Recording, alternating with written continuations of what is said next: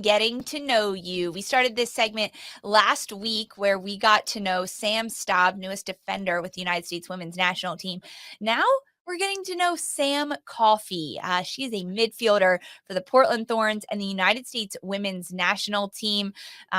She has played all over the pitch at her time as a midfielder, but now she is dropped much deeper into the midfield. She plays as a defensive midi or a 6, sometimes even as a central midfielder, as an 8 playing higher. But for Sam Coffey in college, she played a couple seasons. She ultimately played 5 years, ending her career at Penn State University as an attacking midfielder. She became the 50th player in NCAA Division I soccer history to score 40 goals and tally 40 assists while she was at Penn State in 2020-2021, which was her senior season.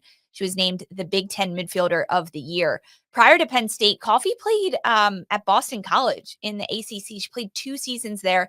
And in 2018, as a sophomore, Coffey was named ACC Midfielder of the Year. And she's an All-American at both schools that she played at. So she had a very storied and well-rounded attacking midfield career when she was in college. And come the 2021 college draft, she was drafted 12th overall to the Portland Thorns. She then opted to play her senior season at Penn State with that COVID year. So that's like where the timing gets sometimes construed. But so then she got drafted. She went back to play another year. And in January of 2022, signed a 2-year contract with the Portland Thorns. Her rookie season, she was named an NWSL champion. And it was because of a different role than she had played previously at Penn State, where she was an attacking midfielder.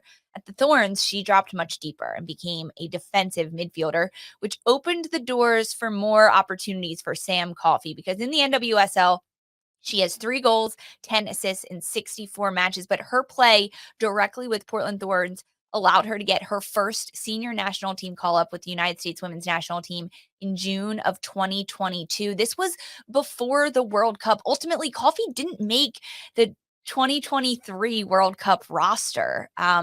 She got her first cap and her first start with the United States in September of 2022 in the international friendly versus Nigeria, and then her first goal after the World Cup in December of 2023 versus China. So far with the U.S., she has 17 appearances, 1 goal, 1 assist. She's a CONCACAF W champion, CONCACAF W Gold Cup champion in 2024, and of course, the champion in 2022 with the CONCACAF Women's Championship.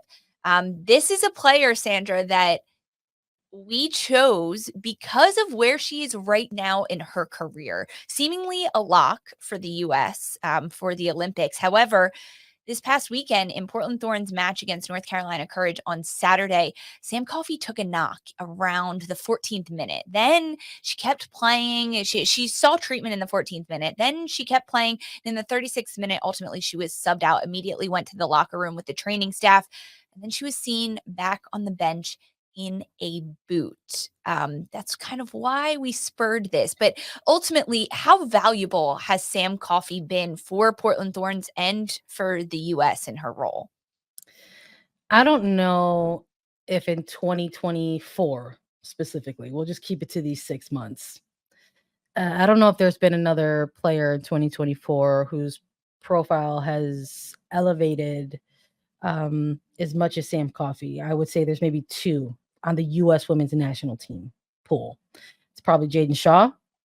And then I would say number 2 right behind that is Sam Coffey. And I mean, I'm talking about players who were recently introduced into senior level national team camps and have kind of played their way into the status of being an Olympic lock.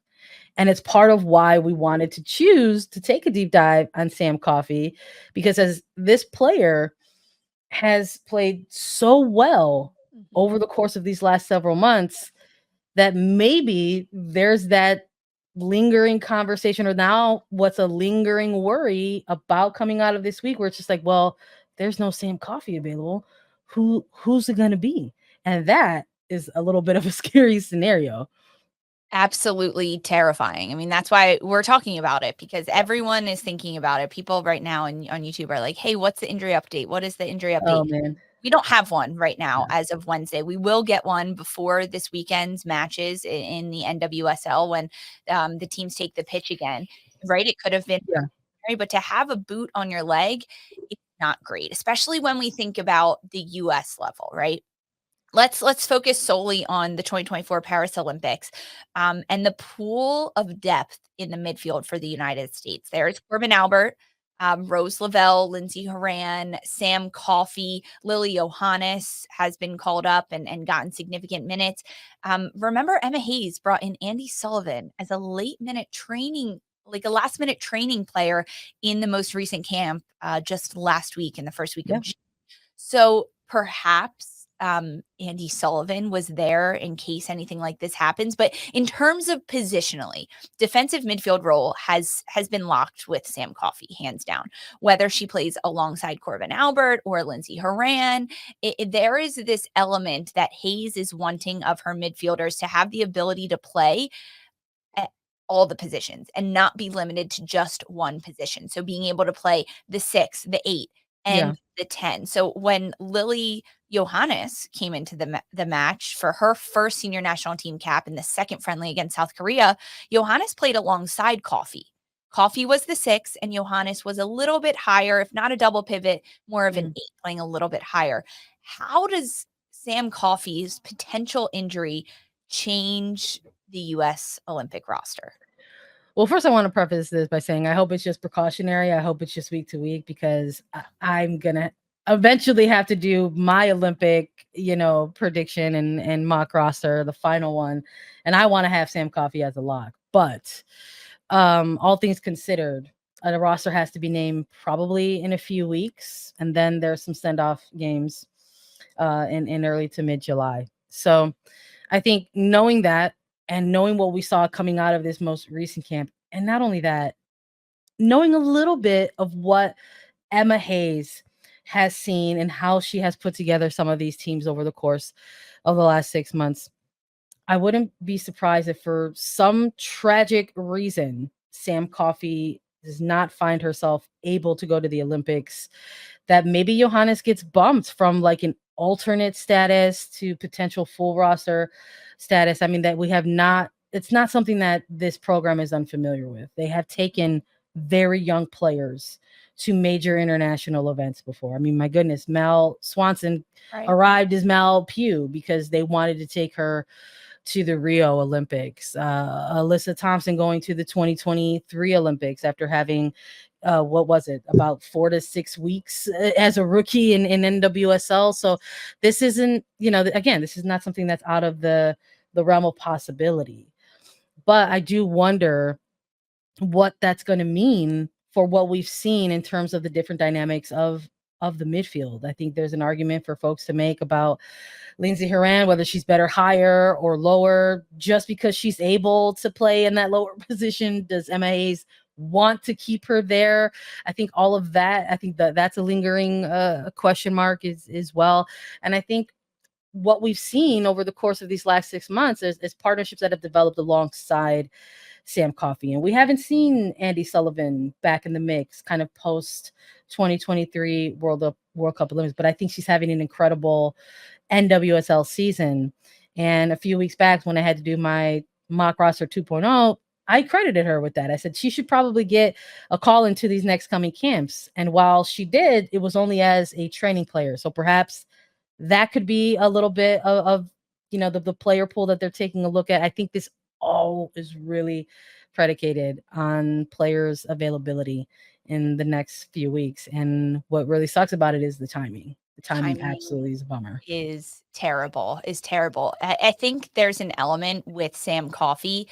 Maybe if she's not ready to play in like the first send-off match, that she still makes the roster. Is that fair? I mean, it would, again, another thing that's not out of the realm of possibility. Like, conversations are had with players all the time. I mean, my goodness, like we heard Mal Swanson talk about how she was doing the math for her injury, that, even if she goes through a surgery and if she has a successful, quick rehabilitation, that maybe she'll be ready by the late knockout stages of the World Cup. Mm-hmm. So you're like, players have those conversations with their head, and I'm sure coaching staffs have that with them as well. Like, what is the benefit of taking a somewhat injured player to a major international tournament. I mean, and again, we've seen that. We've seen a not 100% Megan Rapinoe go to the Olympics. I think the same thing could be said about a Sam Rose Ewis Lavelle. and a Rose Julie Lavelle. Ertz and a Rose Lavelle in that 2023 World There are Cup. just Again, players that are better than anyone else, even if they're not at 100%, right? A 60% Rose Lavelle is going to still make yeah. a difference in a match. I think the other side of that too is that there are maybe some folks, who are putting together good NWSL seasons that haven't, again, had the time or call-ins to these camps. I think Savannah DeMello is someone who had to struggle early on with kind of a lingering knock to start this NWSL season, and now Racing Louisville's on a bit of a streak and a run, and she's looking really good in that midfield. I mean, Taylor Flint has also not really been back in national team camps, I don't think she'll get a call but up. she hasn't had a single sniff really at any of these national team camps. So I think that folks are reaching a little bit for what it could mean moving forward with Sam Coffey's injury concerns. Just because she has really kind of just like taken a major leap in her play from year 1 to year 2 in NWSL. So if Sam Coffey is unavailable for the World Cup, if this is just speculation and playing a fun game, who would it open the door for that second spot? Is it Lily Johannes? Is it Andy Sullivan? Is it no one because they have an Emily Sonnet who can shift in there? Who does this open the door for on your really tight 18-player roster? I would argue that like probably Sonnet is already like a one of those lock players. I think her versatility is going to get her to the Olympics. So I think it's really a question about one spot for like a bubble player between fully rostered and alternate. So I think it is going to come down to potentially either a Johannes being elevated from an alternate position or an Andy Sullivan as someone who has been there before. And by there, I just mean like been in national team camps, know what the expectations are, went to a World Cup, had to deal with a lot of pressure, and really delivered in high pressure moments. So I think it really would come down to either of them. So you think if Coffey can't be there, she'll be replaced by a midfielder? Oh yeah. Oh yeah. I like this. I need to do my official 18. So when I have these conversations, like I can shift. Am I helping you for the next 8-3? Yeah, I have. I've written out my 18 that I need because people are always asking me, hey, who are the 18 going? Who are the alternates? I really think that this opens the door for Lily Johannes. Whereas prior to this potential injury to Sam Coffey, I would have said Johannes wasn't on the 18. Yeah. And this now changes that because you have Corbin Albert who can play deeper as a 6. You have Haran in the midfield. You have Lily Johannes who can play as a double 6 or an 8.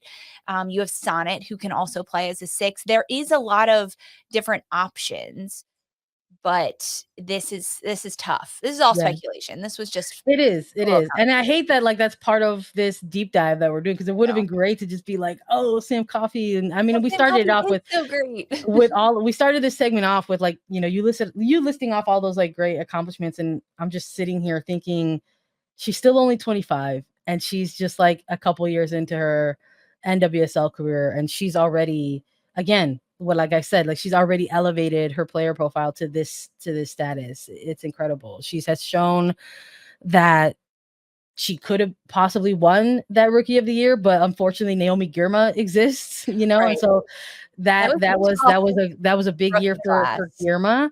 But I think folks there's a lot of talent in this year. There's people we're always talking week in, week out about Banda or Temwa Chawinga and Soph Smith and like how there's a golden boot race and how that'll likely lead to an MVP. But I think Coffey could also be a dark horse for MVP for what she provides for a team. She's incredible at connecting attacking lines. And I think that is part of what initially got her on the radar for U.S. women's national teams. I think maybe in that rookie season, there were some question marks about defensive awareness and recovery. And maybe that's what led to new at playing the role. Remember, exactly, but she was new role throughout college, and she shifted, and it's her shift to. There's something to be said, because we hear it from players all the time.